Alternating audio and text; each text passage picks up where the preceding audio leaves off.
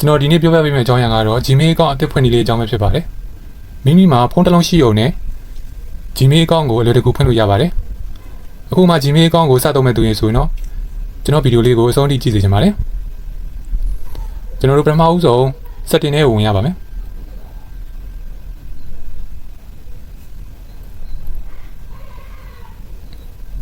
setting ထဲကိုဝင်ပြီးသွားရင်ကျွန်တော်တို့ S1NC ဆိုရိုက်ရှာလိုက်မယ်အဲဆိုရင်အကောင့် S1NC ဆိုပြီးကြာလာပြီ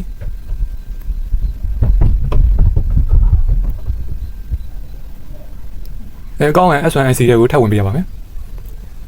အောက်ဆုံးမှာ S အကောင့်ဆိုပြီးရှိပါတယ် S အကောင့်နဲ့ဝင်လိုက်ရပါမယ်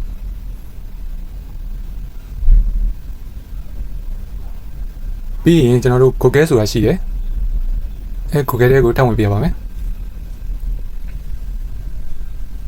အဲဆိုရင်ကျွန်တော်တို့က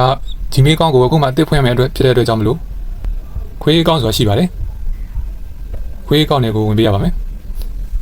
အမှ personal အတွက်သုံးပါလား business အတွက်သုံးပါလားဆိုပြီးမေးပါတယ်ကျွန်တော်တို့ကတော့ personal အတွက်သုံးမယ်ဖြစ်တဲ့အတွက်ကြောင့် personal လေးဝင်လိုက်ပါမယ်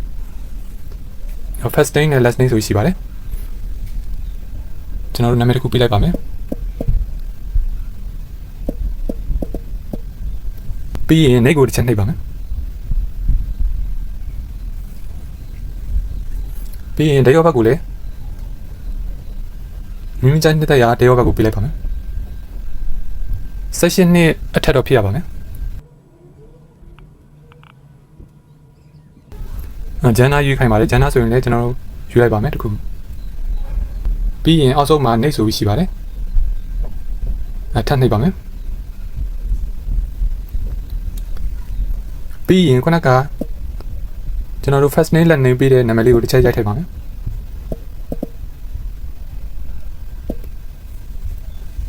နာမည်တူရီရှိနေမှာဖြစ်တဲ့အတွက်ကြောင့်မလို့ကျွန်တော်တို့အခရာကဏ္ဍလေးတွေတစ်ချက်ပေးလိုက်ပါမယ်တူပေးတဲ့နံပါတ်လေးကိုတစ်ချက်နှိပ်လိုက်မယ်နှိပ်ကိုတစ်ချက်နှိပ်ပါမယ် password ပေးလိုက်ပါမယ် password ပေးပြီးရင်လည်းနှိပ်ကိုတစ်ချက်နှိပ်ပါမယ်အဲဆိုရင်တော့ကျွန်တော်တို့ Gmail အကောင့်လေးအသေးရပါပြီကျွန်တော်တို့ဒီစာလေးကြာလာပြီဆိုရင်တော့အောက်မှာ I agree ဆိုပြီးတော့စာလေးရှိပါတယ်အဲ့ဒါလေးကိုတစ်ချက်နှိပ်ပြပါမယ်အဲ့ဆိုရင်တော့ကျွန်တော်တို့ Gmail အကောင့်အသစ်တစ်ခုရပါပြီကျွန်တော် Gmail အကောင့်တကယ်ရမရကိုတစ်ချက်ဝင်စစ်ပေးပါမယ်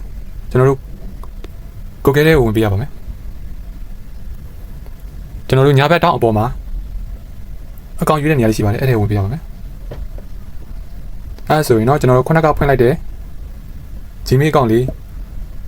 ပေါ်နေမှာဖြစ်ပါတယ်